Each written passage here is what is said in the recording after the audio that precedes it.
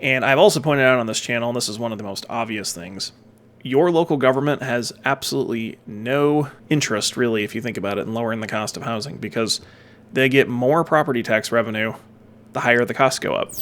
Good Friday afternoon, everyone. Welcome to another episode of Coach and Critique. Today I want to talk about the housing crisis, and JD Vance has been on top of this since day one. I'm not saying I'm a JD Vance fan, but most of what he says I think is entirely accurate. Everybody's upset about the housing crisis, rightfully so. It's so hard to own a home now in America. But why is this happening? Well, the answer is, first of all, supply and demand, and the second, demand, of course, or one, supply and demand.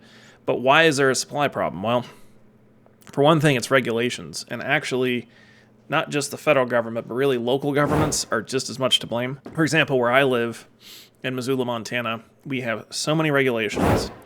And that's something I'm going to get to the bottom of, but I believe our local politicians are in bed with just a few developers because there's probably some money going on. I don't have any direct proof of that, but I think it's just a money thing, and it's a total manufactured crisis created by bad decisions, bad politicians, bad policymakers, and regulations. And I was watching another channel. I'll put a link. Take a look. He was talking about how even in Europe they have less regulations on houses now, which is just wild to me. So we need to create, and I've said this numerous times on this channel, inexpensive housing. It may not be optimal housing or dream housing, but inexpensive units. Small homes, whatever, that have low barrier of entry prices. And even if the government had to give grants, I don't know if JD Vance would agree to that, but they need to give grants to build low-cost housing. By low-cost, I don't mean dumps. I mean like tiny homes, stuff like that. Maybe 1,000 square foot homes, very basic, so that people can get starter homes, 2 bedrooms, 1 bath type of thing.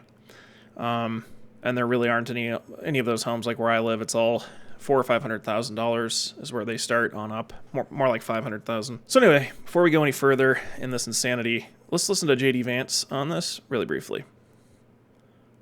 And I always remind people that our ancestors went to the moon with pocket calculators and slide rulers, and now our government makes it way too hard to build the homes that we need. Now, that's the supply side of it. I think most people actually agree with that. I think if you ask most Democrats, they'd probably agree with what I just said. What I'm going to say about the demand problem is a little bit more controversial, but I think it's just as important, which is that when you let 25 million illegal aliens, and I think that's the number that we have in our country right now, when you let those folks in your country at the level that we have, well, you got to put them somewhere, right? They have to live somewhere. And that means that those are homes that aren't going to American citizens. In other words, if you take a neighborhood and you add hundreds, or you take a city and you add tens of thousands, or you take a country and you add 25 million people competing against Americans for scarce homes, that's going to drive the cost of housing through the roof, too. And there's no coincidence that when we've seen under Kamala Harris's open border, the highest levels of immigration, illegal immigration in our country, basically in our history, that's coincided with the highest levels of house price increases that we've seen in our country in a very long time. I think in Michigan, the number's about 50%. Rents and housing prices have gone up by 50%. We could do a lot better, but simply we got to build more houses, and we got to make sure those houses go to American citizens, people who have the legal right to be here. So you got a little of a correlation versus causation, right? That's just what I was going to say.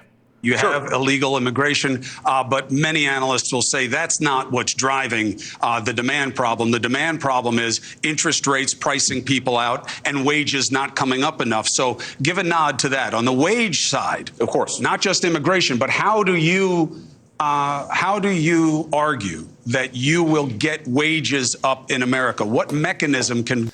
So I have to say, I have to agree with the journalist on that one. There is a correlation, I think in this case, a partial causation between immigration and housing cost increases. However, there's been counter arguments that immigrants create more supply, blah, blah, blah, blah, blah, blah, blah. So without even going into that, though, the supply thing, though, is the easiest thing to fix. You give grants for tiny homes and similar low barrier of entry, low cost housing. It's just that simple. And unfortunately, our local politicians, of course, have totally failed us and are continuing to fail us at all levels. But JD Vance has also spoken out against institutional investors buying up all these homes. And that's another thing. They're going to have to put regulations in this country or it's going to continue to collapse, basically. I mean, it's already going to collapse, but it's going to collapse even more and more harshly for us everyday Americans. They've got to put in regulations to limit institutional investors. I mean, you might something like, you get to own one home, like maybe corporations can't even own homes, but you get to own one home and maybe like 2 rentals or something like that. Figure the math out on that, which 2 rentals can encompass up to a maximum of whatever, 16 units, whatever it is, because they're just buying up, these BlackRock and stuff, buying up properties left and right. And that's a way of limiting the supply. The whole thing is a manufactured crisis. And don't think your government, and especially your local government, is actually there to help you. They're in bed with the bureaucracy as well. It's a big money thing.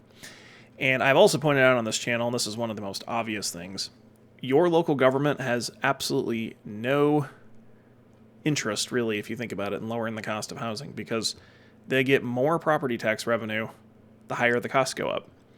So every year your local government, city, county, has bills they have to pay, and they don't make money if they can't increase property taxes. It's an ever-increasing bureaucratic conundrum, basically. And we've been given nothing from politicians, especially locally, other than platitudes about this. But let me know what you guys think in the comments section. I'm going to have more segments like this. I think you guys appreciate this format. I don't know. You guys can tell me this webcam basic format. I'd love to know what you guys think of this in the comment section as well. So this is kind of my card, so to speak, I think I'm going to use for news and just reactions, stuff like that. So anyway, please like, share, and subscribe. We'll see you on the next one. Thank you.